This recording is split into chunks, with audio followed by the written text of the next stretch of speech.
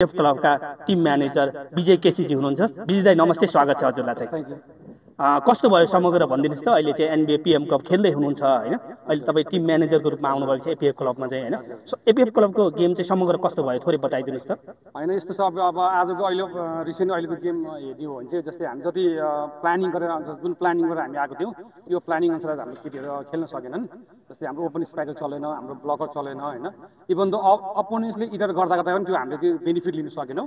त्यसकारण आज हामीले जति सोचे अनुसार हाम्रो केटीहरूले चाहिँ खेल्न सकेन। आज जस्तै हेर्ने भने लगातार हार बेहोरिरहेको छ हैन। एपीएफ क्लबमा विभागीय टिम मध्ये एकदमै बलियो टिम नै हो, उपाधिको दावेदार नै हो हैन। तर कहाँनेर चुक्यौँ भन्नुस् त हामी चाहिँ। एक त यस्तो पनि हो, हामीसँग भएका प्लेयरहरू जस्तै विदेशी कतिजना प्लेयर जस्तै सेटकी प्लेयर हाम्रो जस्तै जेन्ट्सको कुरा गर्ने हो भने 4 जना प्लेयर हामीसँग अहिले छैनन्। उनीहरू सेटकी प्लेयर हुनुहुन्थ्यो उहाँहरू।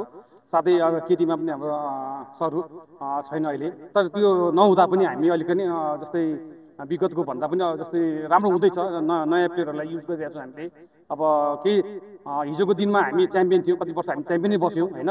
तर आजको हाम्रो खेलाडीको अलिकति ल्याक अफ प्लेयर्सको कारणले अलिकति हामी ब्याकअप भइरहेको छ। तर पनि हामी आउँछौँ, एक दिन अवश्य आउँछौँ, किनभने हारबाटै सिक्ने हो हामी सिक्दै पनि छौँ। अब हाम्रो नयाँ प्लेयरहरू हामी युज गर्दै पनि छौँ।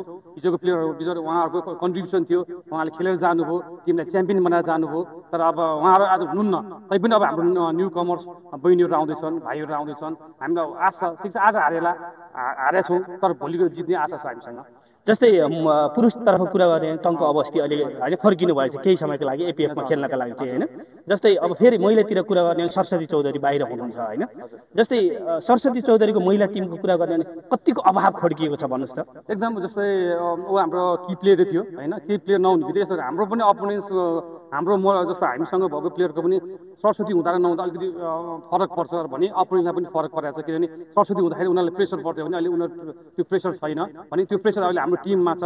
तैपनि हामी स्टिल हामीसँग यङ प्लेयरहरू छन्, अहिले पनि हामी स्काउटिङ गरिरहेको छौँ प्लेयरहरू। हामीसँग अहिले नयाँ प्लेयरहरू छन्। अब लाग्छ यदि टुर्नामेन्ट लाग्छ र फेरि हामी आफ्नो स्थानमा हामी आउँछौँ। जस्तै अहिले भर्खरै सम्पन्न भएको गेम होइन टिपटप न्यू डायमन्डसँग तपाईँले कसरी खेल्नुपर्छ, के छ, सोझो सेटमा हारिन्छ अथवा हामीले जितिन्छ भन्ने के रणनीति थियो, के पूर्व अनुमान गर्नुभएको थियो? होइन, हाम्रो ट्याक्टिस आज हाम्रो एउटा ट्याक्टिसमा आएको थियो भने हिजो हामी सबै प्लानिङ उनीहरूको म्याच हेरेर हिजो अस्तिको हाम्रो पनि रिभ्यू म्याच गरेर हामी प्लानिङमा आएको थियौँ। तर प्लानिङ अनुसार हाम्रो मेन स्पाइकहरू चल्न सकेन। त्यो नसक्ने बित्तिकै नयाँ प्लेयरलाई अलिक प्रेसर भयो, त्यस्तो गेम बिग्रिँदै गयो। तर हामी यसो यो आजको पर्फर्मेन्स हुन्छ भनेर हामीले अनुमान पनि गरेका थिएनौँ। तर ठिक छ, कहिले अप एन्ड डाउन हुन्छ। जस्तै कहिले प्लेयर जस्तै हिजो अस्ति चलाएको थियो भने आज चल्न सकेन।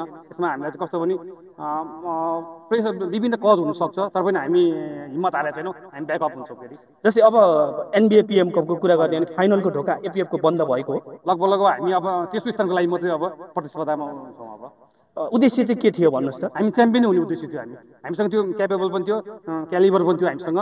तर अलिकति नयाँ प्लेयरहरू अलिकति हामीसँग एउटा टिम आज जुन हाम्रो प्लानिङ अनुसार हामी खेल्ने भनेर आएको त्यो खेल्न नसक्दाखेरि अलिकति हाम्रो घाटा लागेको। अब आगामी दिनहरूको होइन अबका गेमहरूमा चाहिँ एपीएफको चाहिँ सुधार्नुपर्ने होइन अब कमी कमजोरी कहाँनिर हामी चुक्यौँ होइन, सुधार्नुपर्ने के रहेछ ठ्याक्कै बताइदिनुहोस् त। हामी अब आउने गेमहरूमा अहिलेको हामी जस्तो जम्मै डाटाहरू छ हामीसँग, कसले कतिको स्कोर गर्यो, कति कहाँ बिगार्यो, सबै डाटा छ। त्यसलाई हामीले चाहिँ राखेर हामी टिममा सल्लाह गर्छौँ। हामी जस्तै कहाँ गल्ती गऱ्यौँ, हामी किन कहाँ चुक्यौँ, कुनै कति बेला चुक्यौँ भने त्यो रियलाइज गरेर त्यसलाई चाहिँ हामी अझ पनि हामी स्ट्रङ भएर आउँछौँ। त्यो हाम्रो विक पोइन्टलाई अब हामी स्ट्रङ पोइन्ट बनाएर हामी फेरि चाँडै ब्याकअप हुन्छौँ। अन्तिममा छौँ, दर्शकलाई के भन्न चाहनुहुन्छ अहिले भन्नुहोस् त। तपाईँलाई धेरै दर्शकले हेर्दै हुनुहुन्छ।